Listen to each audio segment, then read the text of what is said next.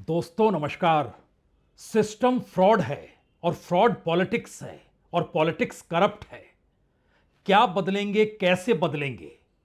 दुनिया के सबसे बड़े लोकतांत्रिक देश के भीतर का सच कुछ ऐसा हो चला है कि आप चाहकर भी पॉलिटिकल सत्ता इस देश में चुनाव के जरिए बदल नहीं सकते हैं।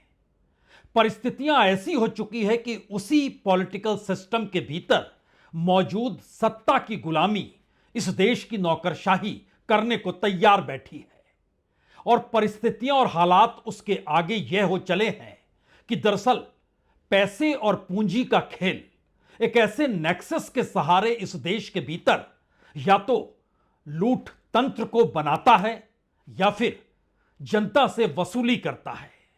यह वसूली सामान्य तौर पर टैक्स के तौर पर मानी जाती है, लेकिन उसके आगे की परिस्थिति यह है कि जब जब सिस्टम घूमना शुरू करता है तो फिर वह कोई भी क्षेत्र हो, कोई भी क्षेत्र का मतलब यह होता है कि वो हो सकता है एजुकेशन हो, वह हो सकता है हेल्थ सिस्टम हो, वह हो सकता है इस देश में मेडिसिन बनाने और बेचने का नेक्सस हो सकता है कि पीने का पानी बेचने को लेकर भी एक पूरा नेक्सस काम कर रहा हो, जहां सिर्फ मुनाफा होगा, एक ऑर्गेनाइज्ड क्राइम होगा। इसे आप कैसे तोड़ेंगे? शायद यह सवाल इस देश के भीतर अब बहुत बड़ा हो चला है, क्योंकि कमोवेश भारत के भीतर जो बिजनेस संस्थान है या कहें कॉरपोरेट हैं, उनके खुले नेक्सस पॉलिटिकल पार्टियों के साथ है। और पॉलिटिकल पार्टी सत्ता में आकर अगर ऐसे नेक्सस और ऑर्गेनाइज्ड क्राइम को बड़ा करती चली जाए जहां उसके बगैर कोई रह नहीं पाएगा, तो मतलब बहुत साफ है। चुनाव की जीत हार, राजनीतिक दलों की जरूरत या अपने प्रतिनिधियों को चुनने का प्रोसेस कोई मायने नहीं रखता है। हर कोई उस सिस्टम का एक पुर्जा है। उस पुर्जे को इस बात का एहसास है कि वो वहां पर है तो उसे मुनाफा है, उसकी जिंदगी आरामदायक है। तो एक ऑर्गेनाइज्ड क्राइम में तब्दील होता भारत का डेमोक्रेटिक सेटअप उसे तोड़ेगा कौन? और शायद पहली बार इस देश में किसी विपक्ष के नेता ने उस नब्ज पर उंगली रखने की कोशिश की है। यह कोशिश इस देश के पॉलिटिकल सिस्टम को लेकर नहीं, बल्कि उस सिस्टम को लेकर है जो इस देश में लगभग 80-90% लोगों की हद से बाहर है और बाकी बचे 10% से वह वसूली करता है। और इस पूरे सिस्टम को लेकर जो ऑर्गेनाइज्ड वे में क्राइम होता है वो फ्रॉड नहीं, वो क्रिमिनल है। क्रिमिनल इसलिए क्योंकि इसके दायरे में मौत होती है, हत्याएं होती हैं, और इसके दायरे में नेटवर्थ बढ़ता है, मुनाफा और ज्यादा बढ़ता है, और सब कुछ सत्ता और प्राइवेट सेक्टर के आश्रय इस देश को चलाते चली जाती है। तो क्या पहली बार राहुल गांधी ने जो सवाल कोटा में शुरू किया, जहां पर इस देश के अलग अलग राज्यों से कोचिंग के लिए छात्र पहुंचते हैं, कोई डॉक्टर बनना चाहता है, कोई इंजीनियर बनना चाहता है, कोई यूपीएससी देकर इस देश में आईएएस आईपीएस बनना चाहता है, तो कोई स्टेट गवर्नमेंट में सर्विस कमीशन के जरिए नौकरी पाना चाहता है, तो कोई इस देश के बैंकों में रोजगार पाने की दिशा में कोचिंग लेने के लिए कोटा पहुंच जाता है। यह एक शुरुआत होती है उस उड़ान की, जिस उड़ान का अंत मौत भी हो सकता है क्या? यह सवाल आज से पहले कभी किसी ने उठाया नहीं। मौत हो गई, जिम्मेदारी किसी ने नहीं ली। इस देश के भीतर परीक्षा देने और पढ़ाई करने का खर्च बढ़ता चला गया, जिम्मेदारी किसी ने नहीं ली। इस देश के भीतर सब कुछ निजी हाथों में सौंपते गए और उसका मुनाफा और नेटवर्थ बढ़ता चला गया, लेकिन कभी किसी ने उस दिशा में ध्यान ही नहीं दिया। क्यों जरूरत है एक एजुकेशन मिनिस्ट्री की इस देश में, जबकि उसके पैरेलल दसियों गुना ज्यादा प्रॉफिट और नेटवर्थ इस देश के प्राइवेट हाथों में उसी एजुकेशन सेक्टर का हो? क्यों जरूरत है इस देश में किसी हेल्थ मिनिस्टर की, जबकि हेल्थ सेक्टर में हजारों गुना ज्यादा मुनाफा प्राइवेट कंपनियों को मिल रहा हो, प्राइवेट हेल्थ सेक्टर को मिल रहा हो, और इस देश के भीतर सरकार जिस जिम्मेदारी को लेती है और जितना बजट उस पर लागू करती है वो कोई मायने रखता ही नहीं है। फिर भी यह देश चल रहा है और चलते चलते यह देश कितना हांफने लगा है, आज उसकी तस्दीक कर लीजिए। तस्दीक इसलिए कर लीजिए क्योंकि जो फैक्ट्स हैं वो डराने वाले हैं। जो सच है वो आपको हैरान नहीं करेगा, आपके पांव के नीचे की जमीन खींच लेगा। और तब यह सवाल होगा, क्या राहुल गांधी अब उस सिस्टम से लड़ना चाहते हैं, सिस्टम को बदलना चाहते हैं, या फिर जिस सिस्टम ने इस देश के युवा छात्रों को अपने हाथों में जकड़ रखा है और कहा है कि तुम्हें हमारे हाथों पर ही रेंगना है, पैसा चुकाना है, हम वसूली करें, हम चाहे फ्रॉड सिस्टम को लागू करें, आप कुछ नहीं कहेंगे क्योंकि इसी रास्ते आपकी उड़ान आने वाले वक्त में आपके भविष्य को तय करेगी। राहुल गांधी कोटा में एक मैसेज देकर निकले कि दरअसल अब सिस्टम कैसे बदला जाए। जिनके लिए यह सिस्टम बनाया गया, जो युवा छात्र हैं, वही तय करें कि यह सिस्टम कैसा होना चाहिए। बदलेंगे हम, बदलेंगे आप, सुझाव आपके होंगे। और यह रास्ता इसके बाद इलाहाबाद जा रहा है। वही इलाहाबाद जो पूरे उत्तर प्रदेश नहीं बल्कि पूरे देश के भीतर सबसे ज्यादा बेरोजगारों को लिए हुए है। वहां पर अलग अलग जगहों से जो पहुंचते हैं उत्तर प्रदेश के छात्र, उनके भीतर असंतोष है, हाथ में डिग्री है, रोजगार नहीं है, परीक्षा देने की इच्छा है, यहां तक कि परीक्षा भरने का फॉर्म खरीदना और उसके साथ जो डिमांड ड्राफ्ट लगाना है उसका भी पैसा उसके परिवार वाले देने को तैयार नहीं है, या उनकी हालत ऐसी है नहीं। बावजूद इसके कर्ज लेकर, और जिन परिस्थितियों में बैंक का डाटा बतलाता है कि इस देश में एजुकेशन के नाम पर जो लोन लिया जाता है वो पहली बार सबसे ज्यादा हो चुका है। जो इंडिविजुअल लोन के दायरे में एजुकेशन लोन आता है वो एकदम हाइट पर पहुंचा हुआ और उसकी तादाद इस देश के भीतर 5 लाख करोड़ से पार कर चुकी है। चुकाना मुश्किल है, सब कुछ गिरवी पे है। यानी छात्र के साथ उसके माता पिता, उसका परिवार इस मानसिकता को जी रहा है कि दरअसल इस देश का सिस्टम चरमरा गया है।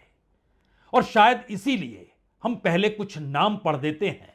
राजस्थान के नाम प्रदीप मेघवाल, उमेश माली, रेणु मीना, ये राजस्थान के हैं।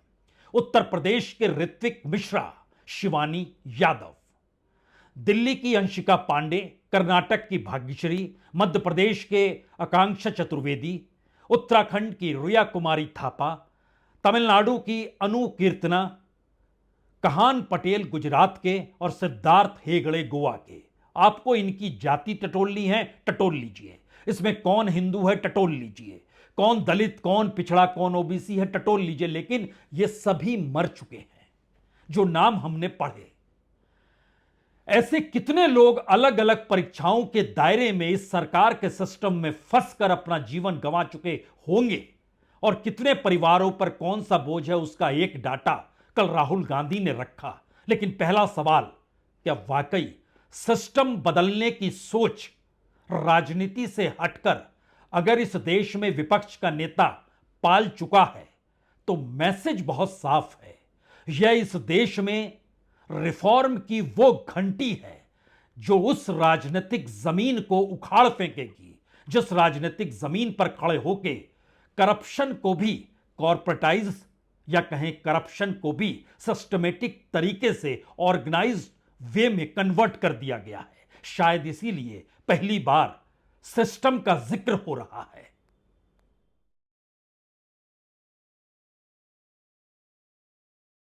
मैं हिंदुस्तान के भविष्य की बात कर रहा हूं, आपके भविष्य की बात कर रहा हूं, आपके फ्यूचर की बात कर रहा हूं, देश के फ्यूचर की बात कर रहा हूं। हमें इस सिस्टम को बदलना होगा, हमें इस सिस्टम को बदलना होगा और इस सिस्टम को ठीक करना होगा। शिक्षा के सिस्टम का क्या मतलब होता है? The education system we want allows you, every single Indian, to dream big. जो भी आपका सपना है, बड़ा से बड़ा सपना, वो आपको देखना चाहिए। एजुकेशन सिस्टम का दूसरा काम, जो भी आपका सपना है उसे पूरा करने का काम हिंदुस्तान के एजुकेशन सिस्टम का होना चाहिए। और तीसरी बात, सबसे जरूरी बात, आपका सपना पूरा करना मगर लोएस्ट कॉस्ट पे, बिना आपके जेब से लाखों करोड़ रुपए छीनने के से करना चाहिए। दरअसल यह सिस्टम कैसे पॉलिटिकल नेक्सस में तब्दील होता है, और पॉलिटिकल नेक्सस का मतलब इस देश के भीतर जिनके पास पैसा और पूंजी है, जो पैसा लगाकर और ज्यादा पैसा बनाने की दिशा में, वो चाहे एजुकेशन का सेक्टर हो, चाहे हेल्थ का सेक्टर हो, चाहे वो एग्रीकल्चर का सेक्टर हो, चाहे इस देश के भीतर मंडी चलाने वाली सोच भी क्या ना हो, हर जगह से उन्हें प्रॉफिट चाहिए, कमाई चाहिए। एक डाटा कल कोटा में रखा गया। उस डाटे का मतलब यह था कि इस देश में 22 लाख छात्र जो नीट की परीक्षा देते हैं, कमोवेश हर के हिस्से में 6 लाख रुपए का बोझ आता है, और सबको जोड़ दीजिएगा तो यह 1,32,000 करोड़ हो जाएगा। और इस देश का सालाना एजुकेशन का बजट जो मोदी सरकार का है वह 1,40,000 करोड़ का है। बात इससे कुछ बनती नहीं है। हालांकि राहुल गांधी यह भी कह गए कि दरअसल इस देश के भीतर जो परीक्षाएं ली जाती हैं उसमें इतनी ज्यादा वसूली होती है कि वह इस देश के बजट से कई गुना ज्यादा हो जाती है। 3.5 लाख करोड़ नीट की परीक्षा यानी डॉक्टर बनना है, जेई की परीक्षा यानी इंजीनियर बनना है, एसएससी की परीक्षा यानी स्टेट गवर्नमेंट के लेवल पे आपको नौकरी चाहिए, यूपीएससी की परीक्षा यानी आपको सेंटर लेवल पे नौकरी चाहिए, और आरआरबी की परीक्षा यानी आप बैंक में रोजगार चाहते हैं। इस परीक्षा के दौर में 3.5 लाख करोड़ रुपए छात्रों से वसूल लिए जाते हैं, और इस देश के अलग अलग डिपार्टमेंट्स का, अलग अलग मंत्रालयों का जो औसत बजट होता है वह इसकी तुलना में कहीं ज्यादा बढ़ते चला जाता है। बात इससे सिस्टम के भीतर हिचकोले खाने की बनती नहीं है। तो अब उस हकीकत की नब्ज को पकड़ना शुरू कीजिए जहां पर हमने शुरू किया। यह सिस्टम उस नेक्सस का हिस्सा है जहां पर सत्ता और पूंजी, पूंजी और कॉरपोरेट या बिजनेस घराने, इनका मिलन होता है। यह इस देश की जनता से ही पैसा लेते हैं, उस पैसे को कलेक्ट करके उसको पॉलिटिकल तौर पर एक पॉलिटिकल पार्टी को देते हैं। वो पॉलिटिकल पार्टी उस पैसे के आश्रय इलेक्शन के मैदान में जाती है, और लाभार्थियों की तादाद इस देश में बढ़ती चली गई, और चुनाव के वक्त पैसा बांटने का प्रोसेस भी बढ़ता चला गया। लेकिन कुल मिला के वो पूरा का पूरा सर्किल घूमकर उसी जनता, उसी वोटर, उसी नागरिक, उसी छात्र और उसी युवा के दायरे में आता है जो सपने तो देखता है जिंदगी जीने के, पढ़ाई करके नौकरी पाने के। सब कुछ धराशायी हो जाता है क्योंकि उसको उस सिस्टम का हिस्सा कब बना लिया गया ये कोई नहीं जान पाता है। और अगर ऐसी स्थिति है तो इस देश की हकीकत को जरा समझने की कोशिश कीजिए। इस देश के भीतर जो एजुकेशन सेक्टर में पैसा लगा हुआ है, जो प्राइवेट सेक्टर का पैसा है, वो तकरीबन हर बरस का 14 लाख करोड़ का है। शुद्ध मुनाफा, पॉलिटिकल फंडिंग, टैक्स सब कुछ देने के बाद 3 से 5 लाख करोड़ का सीधा लाभ उन्हीं प्राइवेट हाथों को हो जाता है जो करते कुछ नहीं है, पैसा चलाते हैं, पैसा निकालते हैं, सरकार एनओसी देती है, वो सिस्टम को बनाते हैं, पैसे की वसूली शुरू होती है, उससे सारी चीजें आगे बढ़ती हैं, और एक साल में 5 लाख करोड़ की कमाई इस एजुकेशन सेक्टर में प्राइवेट हाथों को एक झटके में हो जाती है। यह डाटा दरअसल 5 लाख करोड़ का कोई आखिरी डाटा नहीं है, यह तो वो डाटा है जो व्हाइट में है, यानी जो टैक्स भरा गया उस दायरे का हम जिक्र कर रहे हैं। और हमारी टीम ने बतलाया कि दरअसल एवरेज जो होता है 100 रुपए कमाई होती है तो 200 रुपए छुपाए जाते हैं, यानी हो सकता है 10 लाख करोड़ से ज्यादा ब्लैक मनी इसी दौर में एजुकेशन सिस्टम से पैरेलल वे में बन रही हो, निकल रही हो। कितना पैसा मंत्री के पास, कितना सरकार के पास, कितना उस सिस्टम के पास जो ऊपर से नीचे ब्यूरोक्रेसी को लगातार पैसे दे रहा है, बांट रहा है। उसी पैसे को जमा करके वही ब्यूरोक्रेट अपने बच्चों को बाहर भेज देता है, जाओ तुम पढ़ाई करो, हायर एजुकेशन हासिल करो। इस देश में हायर एजुकेशन नहीं होगा। यानी पूरा सिस्टम इस देश को खत्म करने के लिए बना लिया गया। राहुल गांधी उस नब्ज पर उंगली रखना चाहते हैं, यह सोचकर और समझाते हुए उन्हीं छात्रों को जो कोटा पहुंचे, अलग अलग प्रांतों से पहुंचे, संवाद यही बना रहे थे, आप आए तो हैं, लेकिन 3000 लोगों में अगर एक व्यक्ति आईएएस बन सकता हो तो बाकियों का क्या होगा? 3000 लोगों में अगर 30 लोग आईआईटी पहुंच पाए तो बाकियों का क्या होगा? कमोवेश यह स्थिति हर सेक्टर के बीच है। लेकिन एक क्षण के लिए वापस लौटिए इस देश के भीतर 14 लाख स्कूल, 60,000 हायर एजुकेशन, उनके जरिए जो कमाई होती है प्राइवेट सेक्टर की, वो कमाई अगर 15 लाख करोड़ के लगभग है, और इस देश में इसी दौर में वसूली जो की जाती है वह भी तकरीबन छात्रों से इतनी ही की जाती है, सिर्फ प्राइवेट सेक्टर के हाथों, तो यहां पर वो आंकड़े नहीं है जो इस देश को छोड़कर बाहर चले जाते हैं। और वहां ट्यूशन फीस का ही आंकड़ा लगभग 10 लाख करोड़ का पिछले बरस पार कर गया। रहने और तमाम चीज खर्च में 25 लाख करोड़ हो जाते हैं, जितनी बड़ी तादाद में छात्र हायर एजुकेशन के लिए बाहर चले जाते हैं। तो देश के भीतर का वो सिस्टम की नब्ज पकड़ेगा कौन?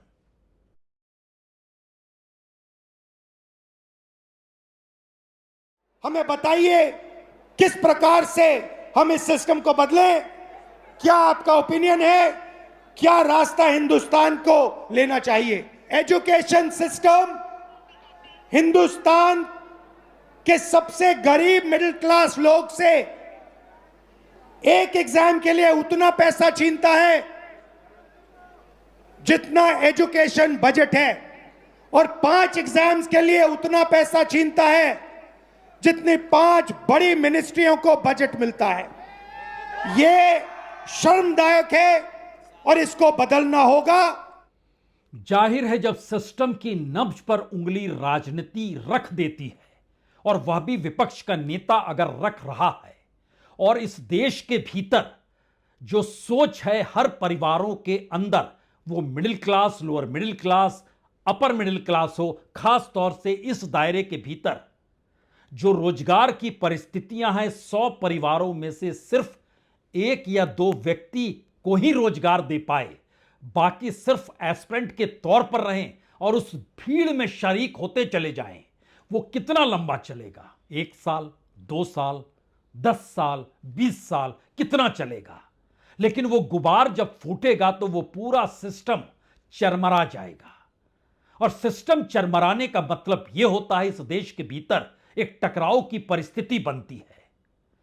तो क्या इस वक्त की राजनीतिक सत्ता इतनी ताकतवर है जो कॉरपोरेट और पूंजी के आश्रय इस देश के ब्यूरोक्रेट को मैनेज कर चुकी है, या ब्यूरोक्रेट भी इतना करप्ट हो गया है कि वो सरकार के साथ खड़े होकर अपनी नौकरी, अपनी राहत, अपनी रियायत को लगातार बनाए रखना चाहता है? और अगर यह सिस्टम इस तर्ज पर काम करने लगा और पहली बार विपक्ष की राजनीति या कहीं विपक्ष का नेता जो पार्लियामेंट के भीतर है, वो दरअसल इस सिस्टम की नब्ज पर यह कहकर उंगली रख रहा है कि हम नहीं, आप ही सुझाव दीजिए, आप ही चीजों को पलटने की दिशा में बढ़िए, तो सवाल सिर्फ एजुकेशन का नहीं होगा। इसके पैरेलल में हमें लगता है किसी भी देश के भीतर एजुकेशन और हेल्थ ये बड़े मायने रखते हैं। जो टैक्स पेयर होता है उसको इन दोनों क्षेत्रों में बड़ी राहत और रियायत होती है, लेकिन संयोग से टैक्स पेयर का पैसा लेकर सत्ता ने वो सिस्टम बना दिया जहां पे लूट तंत्र, वसूली तंत्र और फ्रॉड सिस्टम एक लिहाज से ऑर्गेनाइज्ड क्राइम में तब्दील होकर पॉलिसी में दिखाई देने लग जाए।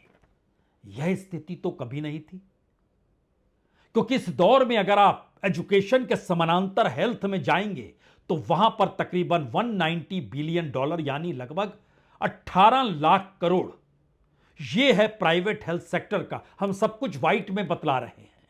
इसके पैरेलल में यह माना जाता है कि 100 to 200% ब्लैक मनी रेंगती है, लेकिन फिर भी ध्यान दीजिए जब जिक्र हो रहा है $190 बिलियन और दूसरी तरफ हम जब एजुकेशन सेक्टर का जिक्र कर रहे थे तो उसमें 150 बिलियन डॉलर था, जो लगभग 14 लाख करोड़, यहां पे लगभग 18 लाख करोड़। एक क्षण के लिए इस देश की बड़ी कंपनियां जो व्हाइट में अपने प्रॉफिट को दिखलाती है, उसमें एस्टर ओम हेल्थ केयर 5,408 करोड़, ये ईयरली है profit. Apollo 1,505 crore, max 1,076 crore, Fortis 809 crore, Narayana health 791 crore. ये अलग अलग हेल्थ सेक्टर के दायरे में जब आप जाएंगे तो उसके बाद एक नया सवाल आपके जहन में आएगा। जब फ्रॉड सिस्टम काम कर रहा है और नेक्सस के आश्रय इस देश की पॉलिसीज बनाई जा रही है और वो पॉलिसीज नेटवर्थ बढ़ाती हो प्राइवेट हाथों का, प्राइवेट सेक्टर का, तो जनता को लाभ नहीं मिलेगा। इसीलिए जो पूरी इंश्योरेंस पॉलिसी सरकार की है और जिसके दायरे में हर अस्पताल को लाने के लिए सरकार मचलती रहती है, पश्चिम बंगाल में क्यों नहीं आया? देखिए ममता बनर्जी हट गई, हम ले आए। जब केजरीवाल था उसने क्यों नहीं लेके आया था? देखिए वो हट गया, हम ले आए। ये जो अलग अलग खेल होता है, इसके दायरे में वो हॉस्पिटल से भी नेक्सस होता है और वो नेक्सस उनको प्रॉफिट दिलाता है, इंश्योरेंस कंपनियों को लाभ होता है, नंबर ऑफ लोग लाभार्थी होते चले जाते हैं और एक क्षण में ये तमाम चीजें उस करप्ट सिस्टम के हवाले हो जाती है जिसमें निचली पायदान से लेकर ऊपरी पायदान तक हर कोई यही सोचता है कि चलिए कुछ कमाई तो हो गई, या हम उस व्यवस्था के हिस्से हैं जो व्यवस्था इस देश में राष्ट्रवाद का गान करती है, इस देश की सुरक्षा में लगी रहती है और खुद को ही देश मान चुकी है चुनाव जीतने के बाद। लेकिन एक क्षण के लिए जब आप इस लाभार्थी योजना के भीतर घुसेंगे तो हो सकता है आपके जहन में यह सवाल हो, हर चीज सरकार बांट रही है लेकिन यह पैसा आता कहां से है? आरबीआई क्या सुबह से लेकर रात तक या सुबह तक नोट ही छापते रहता है? या फिर भारत सरकार वर्ल्ड बैंक और आईएमएफ से लोन ही लेती रहती है? या इस देश के भीतर अंतर्राष्ट्रीय मंच पर जिस जिस चीज की कीमत नहीं लगी वो कीमतें बेचकर कमाई जा रही है? ये तीनों हकीकत है इस देश की। जो रॉ चीजें हैं सरकार उसको बेच रही है, वो माइंस भी हो सकते हैं, वो पावर भी हो सकता है, वो इस देश का कोर सेक्टर भी हो सकता है। और शायद इसीलिए इस पूरी लाभार्थी योजना में सबसे फ्रॉड सिस्टम आपको एक झटके में मुद्रा योजना नजर आ जाएगा। मुद्रा योजना कल्पना के परे है। बीते 12 वर्षों में या कहीं 11 वर्षों में लगभग 40 लाख करोड़ रुपए सरकार ने बांटे हैं। बावजूद इसके देश में गरीबी है, मुफलिसी है, लोग हैरान परेशान हैं। पहली बार 2015 में 3 करोड़ 48 लाख अकाउंट में पैसे डले, उसके अगले बरस ये बढ़कर 4 करोड़ हो गए, उसके अगले बरस बढ़कर ये 5 करोड़ हो गए, कभी कभी 6 करोड़ हो गए, कभी 6.5 करोड़ हो गए, कभी 6.5 करोड़ से भी ज्यादा हो गए और होते होते पिछले बरस 5 करोड़ खातों में पैसे डाले गए। इस फाइनेंशियल ईयर में 93 लाख खातों में पैसे 1 लाख करोड़ से ज्यादा डाले जा चुके हैं।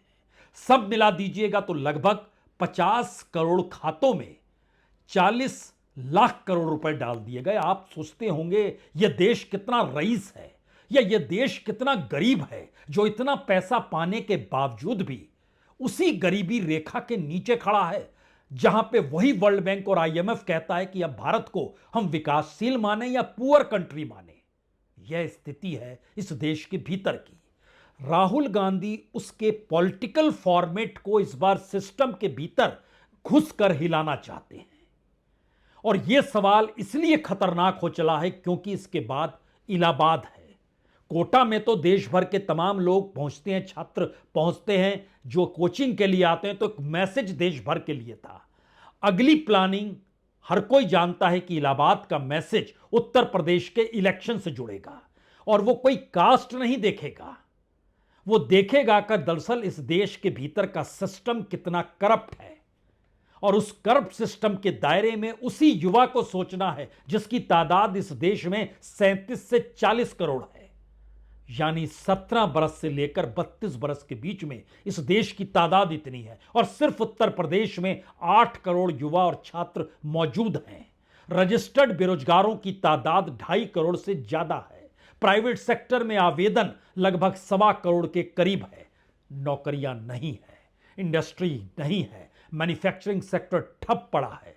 सबसे बड़ी बात तो यह है कि फीस लेकर भी कोई इंफ्रास्ट्रक्चर ना दे पाना छात्रों को कि वह अपने परीक्षा केंद्र तक भी पहुंच जाएं। सब कुछ अगर धराशायी है और सरकार सिर्फ राष्ट्रवाद के गुण गाते हुए इस बात का एहसास करा रही है कि हमारी इकोनॉमी दुनिया में किस नंबर पर पहुंच गई, लेकिन उस देश के भीतर में छात्रों की भागीदारी, युवाओं की भागीदारी अब वही सुझाव देने लग जाएं पहले राउंड में, और दूसरा राउंड उन सुझाव के साथ उन छात्रों को ही सामने लाकर खड़ा करना है। जैसे ये सरकार या देश के शिक्षा मंत्री सीबीएसई फॉर्मेट को लेकर सीबीएसई की परीक्षा देने वाले सार्थक का जवाब नहीं दे पाया, और पार्लियामेंट्री कमेटी में जब वो गया तो उसने जिन बातों का जिक्र किया तो सांसद भी चौंक गए। अच्छा, ऐसा चल रहा है? तो जरा कल्पना कीजिए, इस देश के भीतर वही छात्र मौजूदा वक्त की राजनीति में अगर आगे खड़े हो जाएंगे और वो सीधा सवाल करेंगे, क्योंकि वह उनकी जिंदगी से जुड़ा हुआ सवाल होगा। वह रोजगार और इस देश से आगे की परिस्थिति में इस देश के उस फ्रॉड सिस्टम को भेदने की कोशिश नहीं करेगा, बिल्कुल करेगा। इसीलिए यह घबराहट उसी सिस्टम के भीतर ब्यूरोक्रेट्स हों या इंडस्ट्रियलिस्ट और कॉरपोरेट हाउसेस हों, वो मंत्री हो या प्रधानमंत्री हो, डर तो लगेगा सबको अगर सिस्टम की नब्ज को इस देश के युवा छात्रों ने दबाना शुरू कर दिया तब। इंतजार कीजिए इलाहाबाद और उसके बाद इस देश में उठने वाले छात्र और युवाओं के सवालों का। धड़कने तो कल की कोटा रैली के बाद दिल्ली की बढ़ी हुई है। मसला सिर्फ इतना है, इस करप्ट और भ्रष्ट सिस्टम के बीच में कौन सा ब्यूरोक्रेट पहले हाथ खड़ा करता है या कौन सा इंडस्ट्रियलिस्ट और कौन सा प्राइवेट सेक्टर पहली बार सच को बताने सामने आ जाता है। बहुत बहुत शुक्रिया, बहुत बहुत शुक्रिया।